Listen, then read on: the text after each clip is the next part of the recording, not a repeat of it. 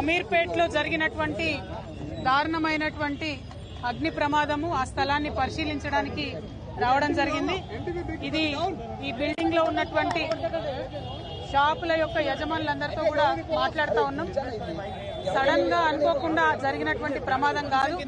ఇది పోయిన సంవత్సరం నుంచి కూడా పదే పదే షాప్ వాళ్ళు మరి వెనుకనే ఒక మెస్ ఉంది, ఆ మెస్ వల్ల షార్ట్ సర్క్యూట్ అవుతుంది, కంటిన్యూస్ గా మాకు అగ్ని ప్రమాదం జరిగేటటువంటి పరిస్థితి ఉందని చెప్పి మరి అన్ని రకాలుగా వాళ్ళు పోయిన సంవత్సరం జరిగినటువంటి అంశాలన్నీ కూడా చూపిస్తూ పోలీస్ వాళ్ళకి చెప్పడము అన్ని రకాలుగా చెప్పడం జరిగింది.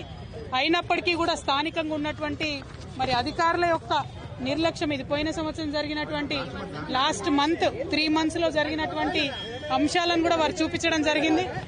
అగ్ని ప్రమాదం జరిగిన తర్వాత కూడా దాదాపుగా గంట బావు వరకు కూడా ఫైర్ ఇంజన్స్ రాకపోవడం అన్నది నిజంగా కూడా అధికారుల నిర్లక్ష్యానికి కారణం కనిపిస్తా ఉంది.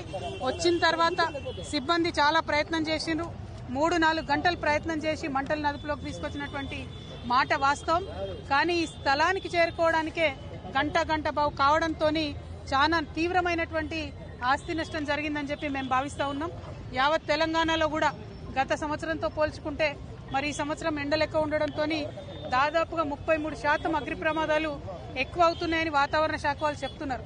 మరి ఆ విషయం తెలిసి కూడా ప్రభుత్వం హైదరాబాద్ లాంటి మహానగరంలో ఎక్కడికక్కడ ఫైర్ ఇంజన్స్ ని రెడీగా పెట్టుకోకపోవడం అంటే కేవలం ఇది నిర్లక్ష్యమే కారణం. కాబట్టి ప్రభుత్వ నిర్లక్ష్యానికి ప్రభుత్వం వెంటనే నష్టపోయినటువంటి ఈ షాప్ యజమానులందరికీ కూడా నష్టపరిహారం చెల్లించాలి. తీవ్రమైనటువంటి ఆస్తి నష్టం జరిగింది. దాదాపు 3 నుంచి 4 కోట్ల వరకు వారి యొక్క ప్రాపర్టీ గాని అందులో ఉన్నటువంటి సరుకు గాని నష్టపోవడం జరిగింది. అయితే ఇక్కడ ఉన్నటువంటి యజమానుల యొక్క ఫైర్ ఎన్ఓసీని కూడా మేము చూడడం జరిగింది. వారికి ఎన్ఓసీ ఉంది, ఫైర్ డిపార్ట్మెంట్ వాళ్ళు వచ్చి ఎంక్వైరీ చేసి ఎన్ఓసీ కూడా ఇచ్చినారు. మరి ఇంతగానము వాళ్ళు గత 3 నెలల నుంచి రిపోర్ట్ చేస్తుంటే ఎన్ఓసీ ఇవ్వడము, చుట్టుపక్కల ఉన్నటువంటి బిల్డింగ్స్ ని కేర్ తీసుకోకపోవడము, సరైనటువంటి ఇన్స్పెక్షన్ చేయకపోవడంతోనే ఈ ప్రమాదం జరిగిందని నేను బలంగా నమ్ముతా ఉన్నాను.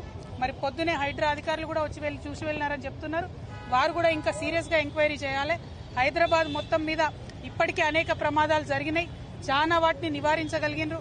ఒక 1000 కోట్ల వరకు కూడా ఈ సంవత్సరం ఆస్తిని కాపాడగలిగినారు. కానీ ఎండలు, పర్యావరణం మారుతున్నటువంటి పరిస్థితుల్లో ఇంకా సీరియస్ కేర్ తీసుకోవాలి. ప్రత్యేకించి అమీర్పేట్ ఫైర్ యాక్సిడెంట్ లో నష్టపోయినటువంటి యజమానులందరికీ కూడా తక్షణమే ప్రభుత్వం పరిహారం చెల్లించాలి, నష్టపరిహారం అని చెప్పి నేను డిమాండ్ చేస్తా ఉన్నాను. కరెక్ట్ ఎస్టిమేషన్ చేయాలి. మన అదృష్టం బాగుండి ప్రజలకు ఎటువంటి ప్రాణ నష్టం జరగలేదు. కానీ ఈ ప్రమాదం ఎప్పుడన్నా జరగవచ్చు, రాత్రిపూట వేరే చోట వర్కర్స్ ఉండే చోట జరగవచ్చు, అప్పుడు తీవ్రమైన పరిణామాలు ఉంటాయి. కాబట్టి ప్రభుత్వం వెంటనే మేల్కొనాలి, ఇటువంటి బిల్డింగ్స్ అన్నింటినీ కూడా చెక్ చేయాలి. మరి ముఖ్యమంత్రి గారే హోంమంత్రిగా ఉన్నారు, ఫైర్ డిపార్ట్మెంట్ కూడా వారి కిందనే ఉంటది. కాబట్టి ప్రత్యేకమైనటువంటి ఒక రివ్యూని కూడా ముఖ్యమంత్రి గారు చేపట్టాలి. ఏ జ్యూరిస్డిక్షన్ లో ఫైర్ ఇంజిన్ ఎటు రావాలి, సిబ్బంది ఎటు పోవాలనేటటువంటి కన్ఫ్యూజన్ లేకుండా కూడా చేయాలి.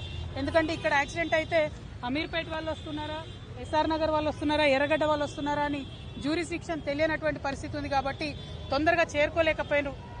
నడి హైదరాబాద్ లో అమీర్పేట్ సెంటర్ లో ఫైర్ డిపార్ట్మెంట్ వాళ్ళు రావడానికి గంట బావు పడితే మరి మనం ఎట్లా హైదరాబాద్ సిటీని కాపాడుకుంటామన్న విషయాన్ని కూడా ప్రభుత్వం ఆలోచన చేయాలి. యాక్సిడెంట్ అయిన 9 to 10 minutes లోపల ఖచ్చితంగా ఫైర్ ఇంజన్లు వచ్చే విధంగా హైదరాబాద్ అంతటా కూడా మనము చేసుకున్నప్పుడే ప్రజల యొక్క ఆస్తిని కాపాడగలుగుతామని కూడా తెలియజేస్తున్నాము. Thank you. జై